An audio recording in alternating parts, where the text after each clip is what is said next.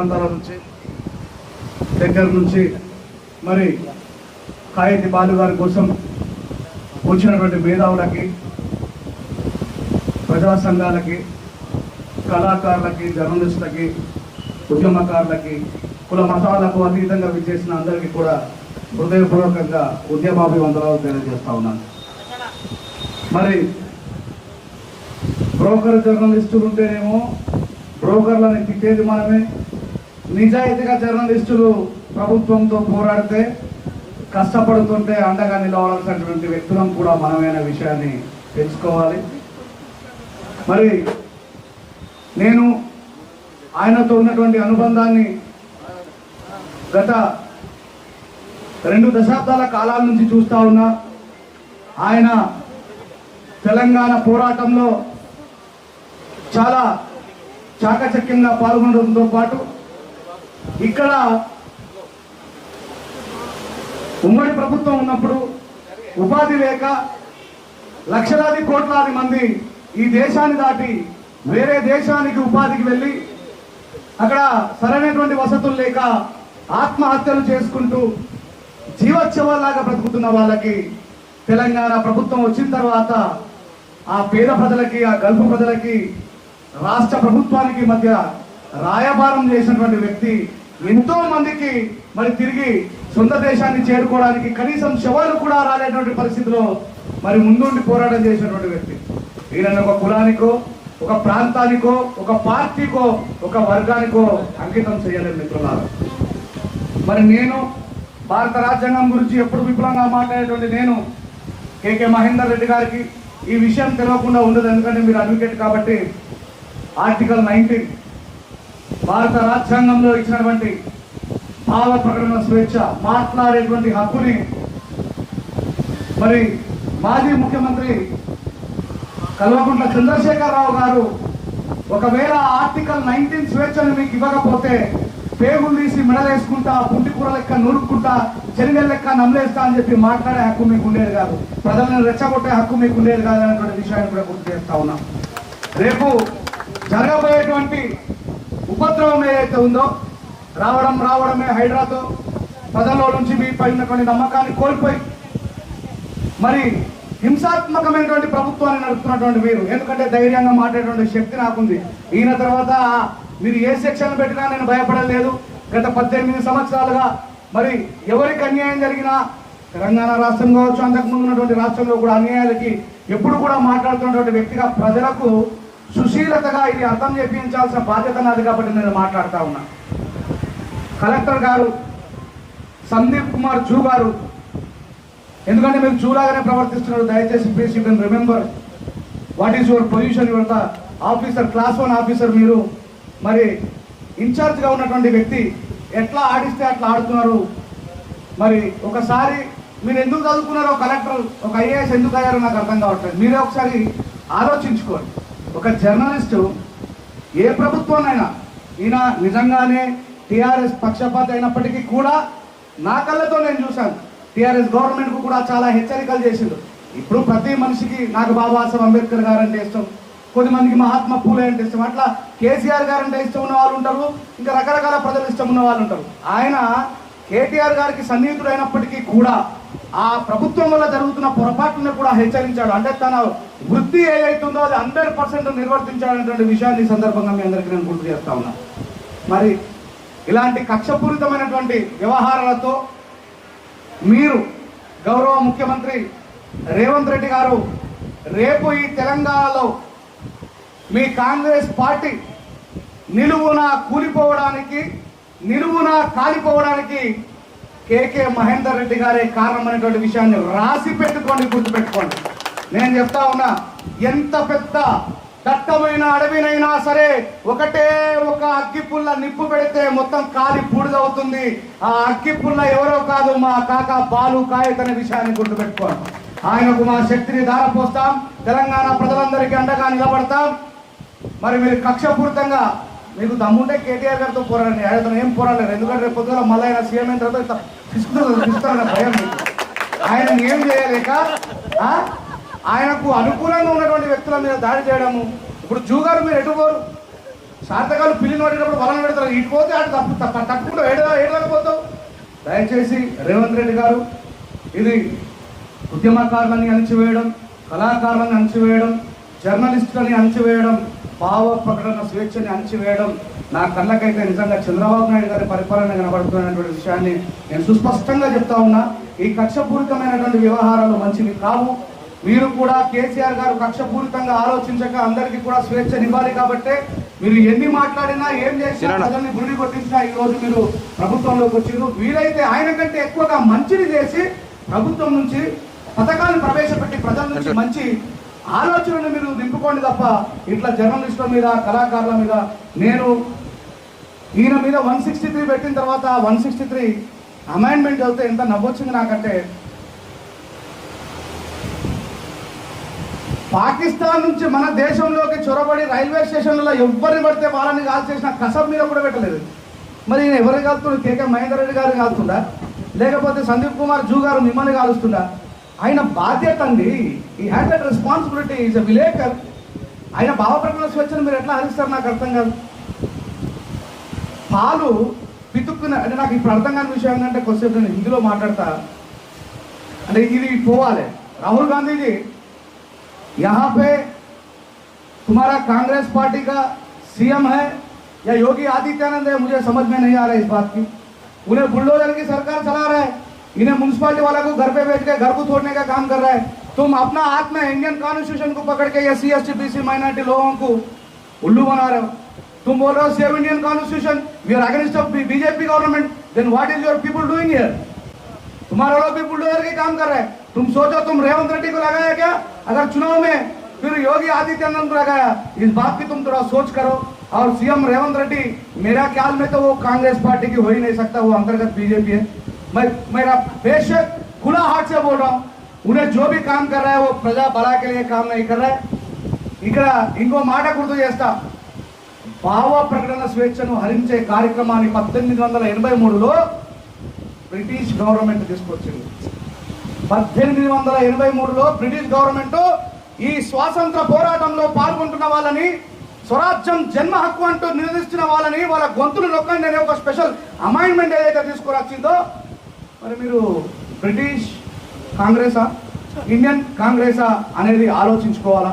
మరి ఈరోజు ఇన్ని సంవత్సరాలలో ఎక్కడ లేనటువంటి చట్టం, ఒక నిజాన్ని నిర్భయంగా మాట్లాడుతున్నటువంటి 28 రాష్ట్రాలలో తెలంగాణ రాష్ట్రం ఒకటైతే, ఇన్ని జిల్లాలలో ఒక సిరిసిల్ల జిల్లాలో మారుమూలలో ఉన్నటువంటి ఒక పట్టణంలో ఉన్నటువంటి విలేకరు మీద నిర్దాక్షిణ్యంగా మనుషులు పిట్టల్లాగా చేసిన కసబ్ మీద కూడా పెట్టలేని ఒక దుర్మార్గమైన చట్టాన్ని ఈయన మీద పెడుతున్నంటే మరి పాకిస్తాన్ రూల్ చేస్తుందా, ఇండియా రూల్ చేస్తుందా అనేటువంటి విషయాన్ని కూడా ఒకసారి మిమ్మల్ని మీరే పరీక్షించుకోవాలని చెప్పి నేను ఈ సందర్భంగా తెలియజేస్తా ఉన్నా.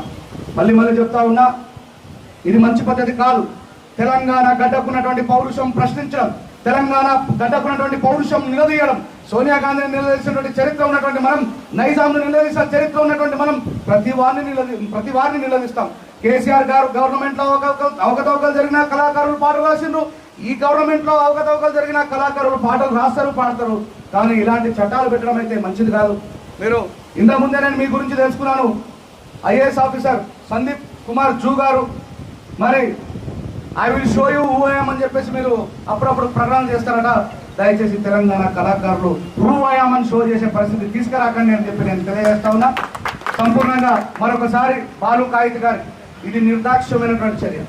ఆయన సతీమణి, ఈయన భారత పౌరుడిగా ప్రతిష్టాత్మకమైనటువంటి 4 పిల్లర్లలో ఒక పిల్లర్ అయినటువంటి మీడియాని ఆయన గొంతును నొక్కుకోకుండా ఎంతో మంది దీనజనులకి ఆయన గొంతును మద్దతుగా ప్రకటిస్తూ ముందుకు పోతున్న సమయంలో ఆయన భార్య ఎవరైతే ఉన్నారో ఒక గవర్నమెంట్ ఉద్యోగాన్ని తను కష్టపడి చదువుకొని ఉద్యోగాన్ని సంపాదించుకొని తన కుటుంబాన్ని తను పోషించుకుంటూ సక్రమంగా సాగుతున్నటువంటి సంసారంలో మీరు ఏలు పెట్టిన కూడా గుర్తుపెట్టుకోండి. ఒక ఆడ కూతురు ఉసురు ఎప్పుడు కూడా మంచిది కాదనేటువంటి విషయాన్ని సందర్భంగా గుర్తు చేస్తా ఉన్నా.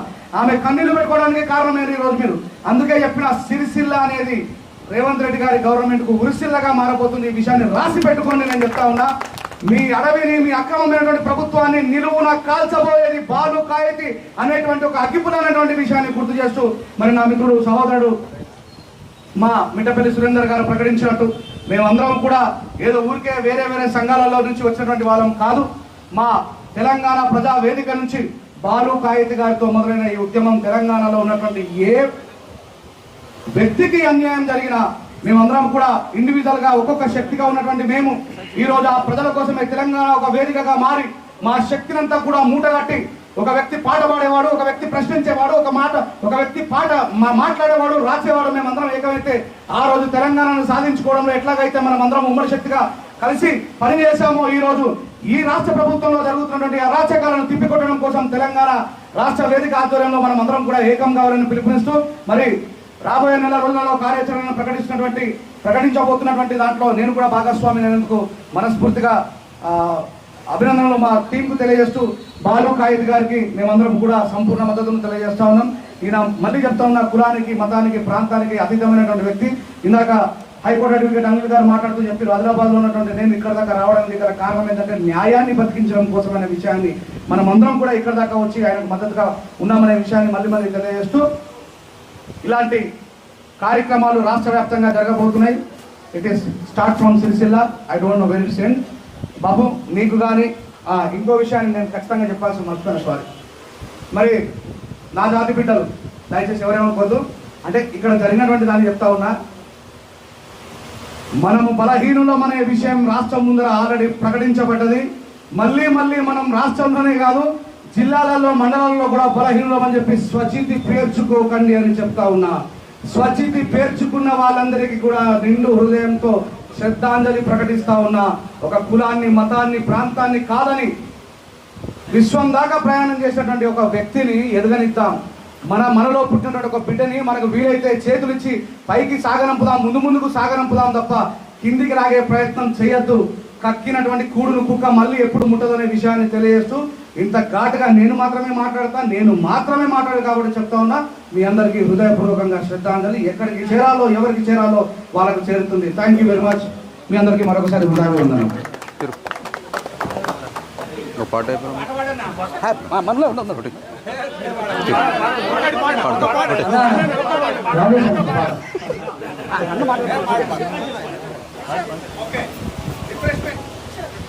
దయచేసి మన కళాకారులు, తప్పు కళాకారులు, మనలో మానసిక బలహీనత ఎట్లా ఉంటుందంటే మనలో ఒకరు ఎదుగుతూ ఉంటే మనలో చేతులు బట్టి కిందికి ఉంచుతూ ఉంటారు. ఆ మానసిక బలహీనతను ఒక పల్లవి చేరడం ద్వారా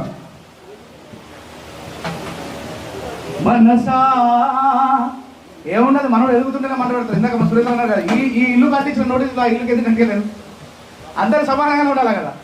మనసా నిన్ను నిప్పుతోటి కలగనా, మనసా మనసా నిన్ను నిప్పుతోటి కలగనా, మనసా మనసా కన్నీళ్లతో నిన్ను అడగనా, మనసా మనసా కన్నీళ్లతో నిన్ను అడగనా, మనసా మనసా మనసా మనసా నిన్ను నిప్పుతోటి కడగనా, మనసా కన్నీళ్లతో నిన్ను మార్చనా, మనసా చందమామ నందుకునే శక్తి నీకున్నా, సముద్రాల నీదగలిగే బలము నీకున్నా. చందమామ నందుకునే శక్తి నీకున్నా, సముద్రాల నీదగలిగే బలము నీకున్నా. చందమామ నందుకునే శక్తి నీకున్నా, సముద్రాల నీదగలిగే బలము నీకున్నా. చందమామ నందుకునే శక్తి నీకున్నా, సముద్రాల నీదగలిగే బలము నీకున్నా. ఎదుటివాడు ఎదుగుతుంటే ఓర్వవెందుకో, నీ ఎదుటివాడు ఎదుగుతుంటే ఓర్వవెందుకో, వెనక నుండి పొడిచే పాడు గుణము ఎందుకో, పాడు గుణము ఎందుకో. మనసా నిన్ను నిప్పుతోటి కడగనా, మనసా కన్నీళ్లతో నిన్ను మార్చనా, మనసా మనసా నీ నిప్పుతోటి మార్చనా, మనసా. సృష్టికి ప్రతి సృష్టి నీవు చేయగలిగిన, మనిషిలోని అనువనువును మార్చగలిగిన. సృష్టికి ప్రతి సృష్టి నీవు చేయగలిగిన, మనిషిలోని అనువనువును మార్చగలిగిన. సృష్టికి ప్రతి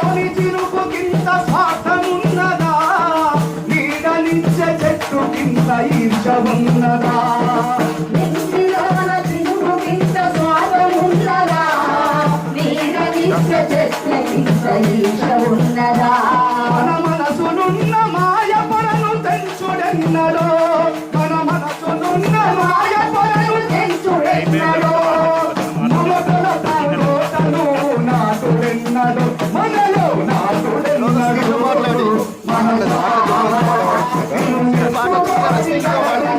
మనసా మనసా కన్నీళ్ళని మాదనా మనసా మన మనసులో ఉన్నటువంటి దుర్గంధాన్నంతా మమేకమై జీవించాలని మనస్ఫూర్తిగా కోరుకుంటూ ఉంటాం మద్దతుగా బాలు కాయిత్ గారికి ఉంటాం మద్దతుగా బాలు కాయిత్ గారికి ఉంటాం మద్దతుగా బాలు కాయిత్ గారికి ఖబర్దార్ చుంచం చూ